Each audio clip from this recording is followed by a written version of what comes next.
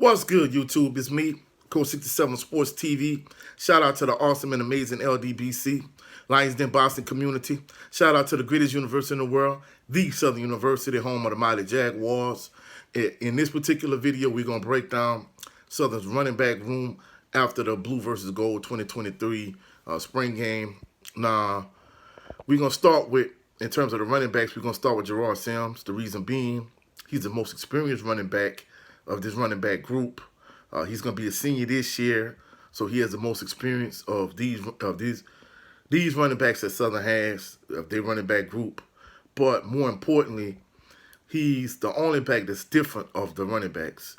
See, all the Southern running backs, they're all like third down type running backs, scat backs, like jitterbug type running backs, whereas Gerard Sims is the one back that can give you the tough yards between the tackles, that can be a 3 yards in a cloud of dust type of running back. He's the only back of that group that can be that guy.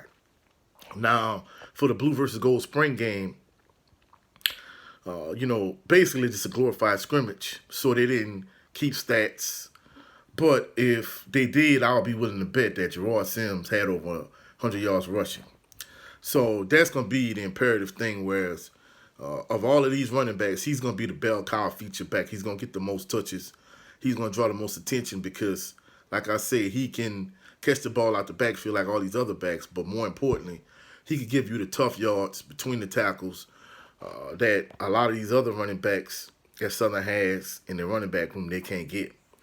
So that's going to be the main thing that's going to stand out about Gerard Sims. He's the most experienced of the group, but he can get you the tough yards. Now, the second leading rusher, if they kept yardage for the Blue versus Gold spring game, was Kendrick Grimes. Now, he had a 67-yard run for a touchdown, and the way Southern numbers are on their jerseys, sometimes it's hard to decipher which number it was. I kept saying number 8 had a long run, but it wasn't a number 8. It was number 6. It was Kendrick Grimes. So he had a 67-yard run for a touchdown. Basically, the offense fooled the defense. They thought it was a passing play, and he ran a draw. And he ran it right up the middle for 67 yards for a touchdown. So Kendrick Grimes, he's going to be a sophomore this coming season.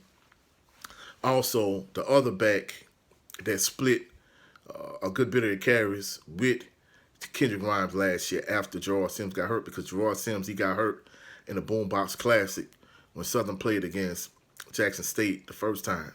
So once Gerard Sims went down, Kendrick Grimes got a good bit of the carries, and the other half of the carries he got was Carl Ligon got the rest of the carries. So those two running backs, they both essentially the same type of back. They both smallish third down type backs. They do an excellent job catching the ball out the backfield. So essentially the same back. Carl Ligon, he had a decent spring game also. Like I said, if you saw him and saw Kendrick Grimes, I mean, basically they're essentially the same type of back. Now, the thing that shocked me about the spring game was the fact that I saw the return of Kobe Dillon. Kobe Dillon is going to be a junior this year, whereas, of course, Gerard Sims, he's going to be a senior. And Kendrick Grimes and Carl Ligon, they're both going to be sophomores. Kobe Dillon is going to be a junior, but the thing about Kobe Dillon, he didn't play at all in the 2022 season. The reason being he was injured, and he was out the entire year. When he made his first appearance in the game, of course, when he came in, Dylan Morotra came into the game also. So Dillon, he threw Kobe Dillon a screen pass for like 20, 25 yards. So once Kobe Dillon got the pass, he made a few good cuts. He got upfield, and he got good yardage. And basically, he's a little bit bigger than Ligon and Rhymes. But of the group, Gerard Sims is still kind of like the standout back, but more than anything, I think Kobe Dillon, he could get you maybe a few tough carries that Ligon and Rhymes can't get you.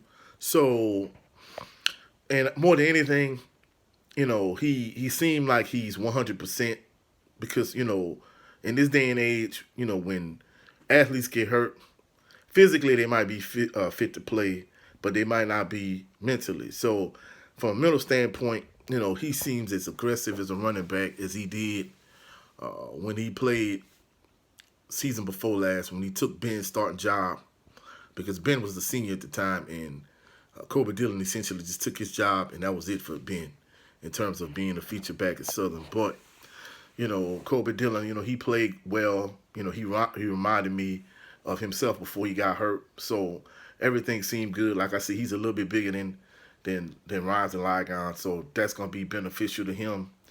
Now, the one running back of this group, they didn't play in the spring game. He's gonna be transferring in from Grambling. This is Corey Russell Jr., C.J. Russell. He went to Arcadia High School here in Louisiana.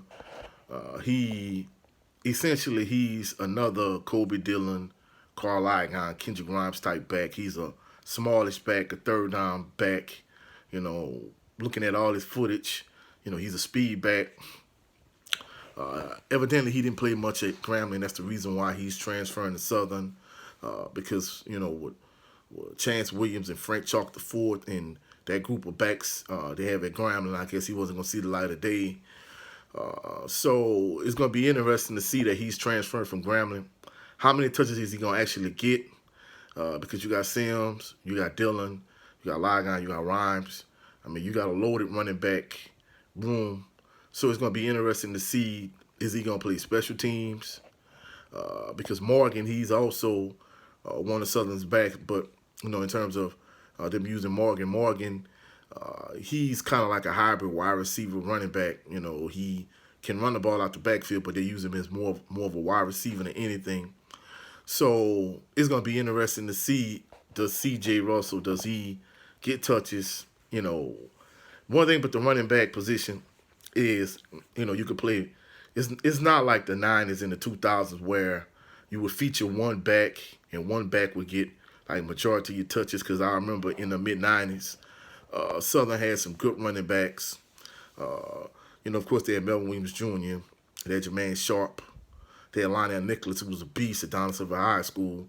So they had these backs, and pretty much Melvin Williams got the lion's share of the carries, and basically Nichols, when it was just the two of them, he would get, pretty much touches at the end of the game, which I felt like, he's different than Williams. He should get more touches.